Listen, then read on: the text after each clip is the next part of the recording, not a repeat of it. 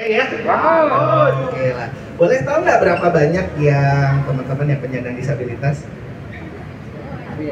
Semua.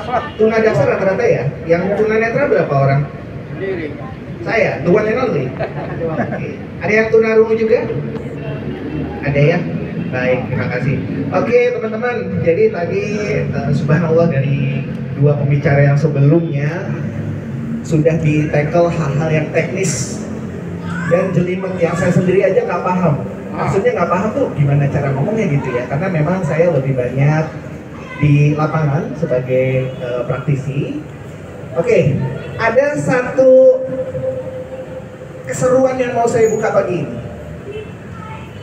Ini mbak di sana berapa banyak nih mahasiswa dari IRC? Banyak ya?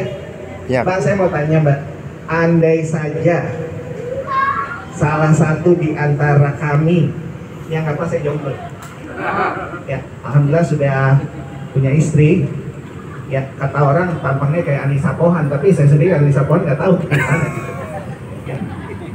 Di hadapan saya ada teman-teman yang tunadaksa. Anggaplah satu di antara kami datang menemui mbak terus bilang, gue suka sama lo. Udah tua. Ya, pokoknya begitu, anggaplah muda masih jomblo. Ya, saya sendiri sekarang jelita, jelang 50 tahun. Ya, anggaplah ada yang datang, mbak, aku suka sama kamu. Saya bisa pastikan sebagian besar yang ada di sini pasti ngelihat kondisi fisiknya dulu, betul? Ini memang manusiawi. Manusiawi. Tidak dilihat dulu uangnya berapa, pendidikannya berapa, enggak. Ini anak buta apa enggak nih? Gitu. Atau ini anak kakinya bagaimana nih? Gitu. Ini adalah stigma yang sudah ada di masyarakat. Gitu. Nah, karena kita hari ini topiknya adalah ada menyebut inklusi, artinya kan berarti sama ya. Nah, ini berarti nih hal-hal yang seperti ini yang harus kita luruskan terlebih dahulu. Tadi sudah disampaikan sebelumnya bahwa yang namanya penyandang disabilitas itu sebenarnya kami ini bukan apa ya, kalau orang bilang dulu cacat ya. Cacat kan artinya Kasar. apa? Tidak layak pakai atau tidak layak guna gitu ya. Nah, ini semuanya layak pakai, layak guna ya kan? Gitu. Hanya saja seperti halnya handphone, ada ciri khas masing-masing. Gitu. Saya karena diproduksi mungkin waktu quality control, oh nggak ada kamera, jadi mata saya tunanetra nih. Nah, tapi sebagai handphone yang speaker bagus, suaranya bagus tidak ini? Anggaplah tadi Bu Putu sebelumnya nih handphone juga. Dibandingkan dengan Bu Putu, soundnya bagusan mana?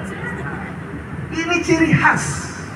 Jadi tunanetra, tunadaksa, tunarungu bukan sebuah penyakit, tapi adalah ciri khas. Oh, ini cirinya Mas Rama adalah dia buta, dia tunanetra. Ini ciri khasnya. Apakah dia akan menjadi seseorang yang berguna atau tidak tergantung yang bersangkutan. Nah, saya percaya bahwa untuk menegakkan HAM ini atau memperjuangkan ini sudah dilakukan sejak lama. Biasanya lewat demo ya, atau lewat rapat, lewat simposium, seminar. Saya lebih tertarik melakukannya dengan cara yang menyenangkan, entertainment. Jadi kayak seperti yang saya lakukan pada hari ini. Kita sering berpendapat bahwa oh ya tunanetra ini biasanya kaku, nggak bisa ngomong gitu, baperan, betul nggak sih? Baperan kalau ditanya marah. No, malah kalau di SNS ini di Sahabat Rekan Sebaya saya dianggap yang paling zolim. Karena saya yang biasanya bercandanya keterlaluan. Oke, saya mau soroti beberapa pelanggaran HAM yang hendaknya ini dibenahi. Tadi sudah sempat disampaikan ya. Saya juga ngalamin kalau naik ojek biasanya tanya, matanya sakit mas? Ya. Nah, sebagai seorang pendidik, ini kesempatan yang besar bagi saya untuk melakukan social awareness. Saya kasih tahu, mas ini bukan sakit. Ya, kebetulan saya mau main film Daredevil, jadi begini matanya. Nah, intinya adalah bahwa kita pun harus berlaku sebagai edukator. Kita kasih tahu ini bukan penyakit. Mungkin ada yang menyangka karena oh ini ibu atau bapaknya nih ibu apa?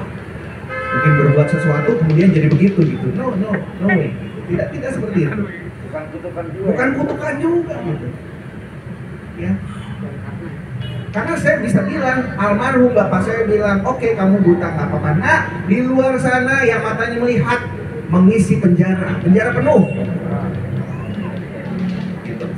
Ya, ini kalau dibilang soal, kalau kita mau ngomong soal, kecacatan nih kayak gitu. Nah, kembali lagi ke pelanggaran HAM beberapa yang saya alami adalah yang pertama tadi, ya dibilang sakit ini sebenarnya bukan pelanggaran gitu ya. Tapi pernah beberapa kali mungkin ini ada contoh kasus, saya mau naik ojek online. Ini bahkan terjadi di sini di SRS. Ya, begitu tahu penumpangnya saya, tunanetra kabur dia. Ya, apakah saya marah? Baca ayat kursi? Tidak. Yang saya lakukan adalah online. You don't know the power of ironism. Tulis malam ini, gimana kalau Bung Karno pidato ya? Saya dizolimkan karena ada penumpang yang tidak mau mengangkut, padahal dia tahu salah satu warga sahabat rekan saya melihat mata bapak driver mendelik lalu dia buru-buru pergi. Ini perlu disampaikan. Kenapa? Seperti tadi disampaikan, hak untuk transportasi kita pun perlu dilayani. Harus dilayani. Kemudian tadi juga mungkin saya mau nambahin yang surat perjanjian di pesawat yang disuruh tanda tangan, salah satunya menyatakan, apalagi kalau saya kan biasa naik pesawat sendiri ya, jadi tidak didampingi. Alasannya sebenarnya bukan karena bisa juga, karena hemat. Jadi yang undang di luar kota keluar biayanya lebih sedikit. Itu salah satu isinya adalah apabila terjadi sesuatu maskapai tidak bertanggung jawab. Lah bagaimana mas bro, pesawat jatuh, ini malah harusnya orang buta yang dapat santunan. Ini dibilang tidak bertanggung jawab. Ini pernah saya viralkan waktu itu kasusnya di Singaudara. Ya, ini terjadi pada saya dan beberapa kasus yang lain. Alhamdulillah kalau sekarang rekan-rekan penyandang disabilitas sudah melek teknologi, jadi cerita model begini udah mulai berkurang karena biasanya akan jadi viral tuh. Gitu ya. Nah, tadi juga disampaikan oleh Bu Putu bahwa hak ini pasti membarengi kewajiban. Maka yang selalu saya sampaikan kepada teman-teman penyandang disabilitas adalah, yuk kalau kita mau diberikan haknya, kita juga harus memiliki kewajiban. Contohnya apa? Hak untuk bisa bersosialisasi. Ya. Jadi kalau bersosialisasi, saya di lingkungan masyarakat ini, orang tua saya selalu membawa saya keluar rumah, jadi tidak pernah dipasung, tidak pernah dieksklusifkan, main ya main. Belajar ya belajar. Demikian juga dengan hak pendidikan. Ya, hak pendidikan, alhamdulillah ayah ibu saya menyekolahkan saya di SLB, namun mulai SMP, SMA sampai saya kuliah ini di lembaga umum. Ya. Inilah yang disebut inklusi. Jadi kita sekolahnya sama-sama. Kalau ada problem, ada masalah, dibicarakan sama-sama. Hak untuk dicintai, yaitu kayak tadi itu. Ya, karena apa? Jangan dilihat fisiknya, tapi lihatlah dia sebagai manusia. Apalagi, nah ini teman-teman khususnya yang belum penyandang disabilitas yang belum dapat masalah, kumpulkan ayat-ayat yang menyebutkan bahwa Allah itu memberikan pahala. Saya sama istri saya kayak gitu, saya ceritain tuh tentang Abdullah bin Umi Maktum. Saya ceritain bahwa kalau nuntun ikhlas 40 langkah masuk surga. Bayangin istri saya berapa langkah? Ya. Butuh gandeng, tidur bareng, pahalanya banyak banget. Makanya teman-teman wanita di sini ya, kalau misalnya di jalan nanti bilang, ini pahala nih. Itu. Jangan lagi dilihat apakah dia tunadaksa, tunarungu atau tunanetra. Pahala ini. Ini ciri khasnya. Ya. Karena ciri khasnya macam-macam, maka keperluannya pun berbeda-beda. Makanya ada yang disebut juga dengan orang berkebutuhan khusus. Jadi yang membedakan itu karena memang ciri khasnya ada keberagaman ini. Nah kemudian memenuhi kewajiban dalam bekerja. Ya tadi seperti menyambung soal kewajiban berpendidikan. Saya selesaikan sekolah saya supaya apa? Ketika saya bekerja layak. Walaupun memang saat ini kalau yang mengumpulkan resume ini tunanetra, saya nggak jamin akan langsung dilirik. Alasannya apa? Ya dilihat dulu nih, oh dia tunanetra. Padahal untuk mengoperasikan komputer, ponsel, sama saja. Bahkan saya sering bercanda dengan teman-teman tunadaksa. Kenapa? Kalau ada paguyuban atau yang menyediakan loker, ini yang sering terima teman-teman tunadaksa. Kenapa? Ada yang bisa bantu nggak? Ya karena kayaknya normal aja. Dicari karyawan administratif, tugas WFH, mengurus absensi dan keperluan administratif. Ya sama aja dengan orang melihat, betul nggak? Sampai saya bilang, ini teman-teman tunadaksa ngambil jatah tunanetra. Kenapa? Masih banyak di antara kita melihatnya itu, oh kalau tunadaksa ya normal gitu loh, tidak ada masalah. Kalau yang tunanetra baru bermasalah. Ini yang harus kita sikapi bersama. Jangan lagi sampai kelihatan ijazahnya sudah bagus, IPK-nya tinggi, hanya gara-gara dia penyandang disabilitas tidak diterima kerja. Ini jangan sampai. Apalagi dia cintanya murni, rumahnya di Permata Hijau, hanya gara-gara penyandang disabilitas ditolak oleh calon mertua. Jangan sampai terjadi. Karena apa? Kita di sini juga berusaha untuk memenuhi kewajiban. Apakah teman-teman disabilitas ini baperan? Enggak juga sih, gitu. Tinggal bagaimana kita membawakan diri kita.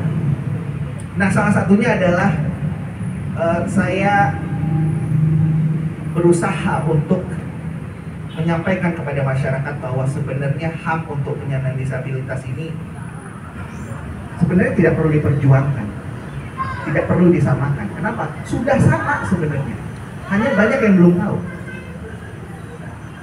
Masih menganggap bahwa penyandang disabilitas itu orang cacat. Bahkan ada di Facebook yang menyebut tunanetra itu invalid. Apakah saya marah? Tidak.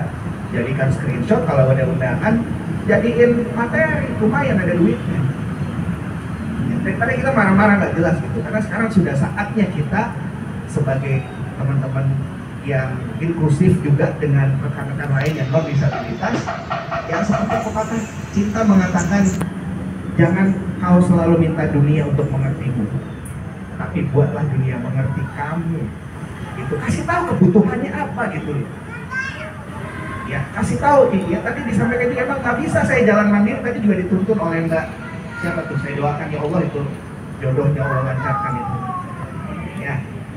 Ngerti kan Mbak, kalau berjodoh itu berarti doa saya gitu. Katanya doa orang bukan tuh mandi ya.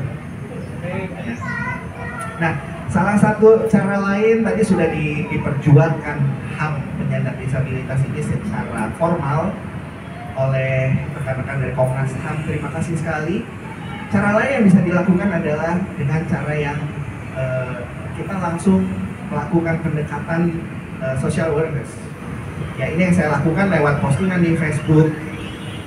Yang mau follow Instagram saya boleh ya, @ramaditya_night ya, Nightnya night satu ya, RAMADITYA_KNIGHT ya, Ramaditya_night. Karena saya juga punya hak untuk di follow. Dan teman-teman punya hak untuk di follow back. Dan yang dilakukan lewat postingan-postingan, cerita keseharian. Ntar lama-lama jadi tahu sendiri, oh ini tunanetra kehidupannya begini. Ya. Kenapa saya harus bicara kenceng, bibirnya gini-giniin? Karena saya punya rekan tunarungu yang akan membaca gerak bibir saya. Saya cerita nonton nih Mas Jaler ya, Mas Jaler.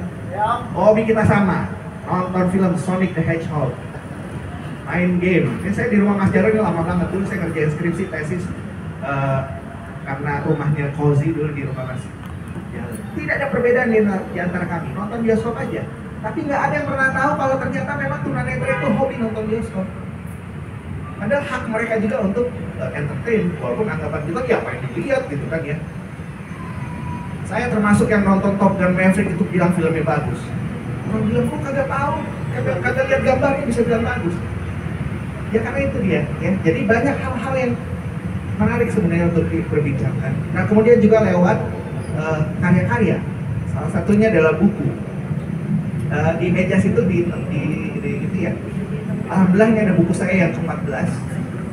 Ini akan launching insya Allah tanggal 4 Februari besok ya. Judulnya adalah Bukan Bidadari Biasa. Jadi ini menceritakan tentang rekan kita yang tunanetra. Dia adalah murid saya, namanya Eca, usianya 15 tahun. Ketimbang saya harus demo bilang bahwa yang namanya perempuan itu harus tetap sekolah tinggi, walaupun dia penyandang disabilitas, tapi dia harus bisa ikut serta dalam kegiatan ekstrakurikuler. Daripada saya bilang itu, mendingan saya bikinin buku aja. Jadi Eca ini teman-teman, dia sekolah di sekolah umum, tidak hanya jago komputer bahasa Inggris, alhamdulillah dia jago ini ya. Ini seperti ini ya. Jadi Eca ini jago taekwondo, ingin jadi taekwondoin wanita yang hebat di Indonesia, dan insya Allah cita-citanya juga ingin jadi ustazah. Ya. Saya tidak punya media lain dan tidak kepikiran media lain kecuali saya membukukan seperti ini. Nah, dengan demikian akan makin banyak orang yang sadar bahwa oh ini ternyata walaupun dia tunanetra, wanita tetap pendidikan nomor 1. Tetap dia bisa menjalani hari-harinya dengan baik. Karena jujur aja, kalau saya mungkin harus seperti teman-teman dari Komnas HAM ya, mungkin bingung saya harus ngomong apa, karena memang biasa ketemunya dengan anak-anak muda. Itu makanya saya nggak pakai PowerPoint, ya karena bikinnya aja udah bingung. Gitu. Jadi satu hal yang bisa saya sampaikan adalah bahwa pertanyaan sederhana sebelum saya tutup. Teman-teman ngerasa nggak ngomong sama saya, ngobrol sama saya, dengerin omongan saya ini, berasa nggak ngomong sama penyandang disabilitas? Tidak. Kalau tidak berasa artinya sudah inklusi kita. Ya, maka teman-temanku yang sesama disabilitas, saya doakan hatimu jauh lebih tegar, hatimu jauh dari kata baper, karena ini tugas kita untuk mengenalkan pada dunia. Ini tugas kita, tidak hanya pemerintah. Ya. Untuk teman-teman mahasiswa, mas-mas dan mbak-mbak yang cakep-cakep di sana, saya suportif banget dengan acara kayak gini, dan saya berharap ada follow up-nya. Ya, kalian bisa datang ke sekolah-sekolah, ya kan, bisa bikin TikTok atau YouTube, ya konten-kontennya yang sederhana aja. Gimana kalau tunanetra itu jalan, ya kan, atau gimana nih seharusnya trotoar itu harus kayak apa sih? Walaupun dokter tidak menutup kemungkinan. Jalan aja ada dokter dia gimana? Ya, jadi tidak menutup kemungkinan. Insya Allah ini menjadi sesuatu yang bermakna, dan saya merasa terhormat sekali bisa diundang di acara ini. Sekian dan terima kasih. Assalamualaikum warahmatullahi wabarakatuh.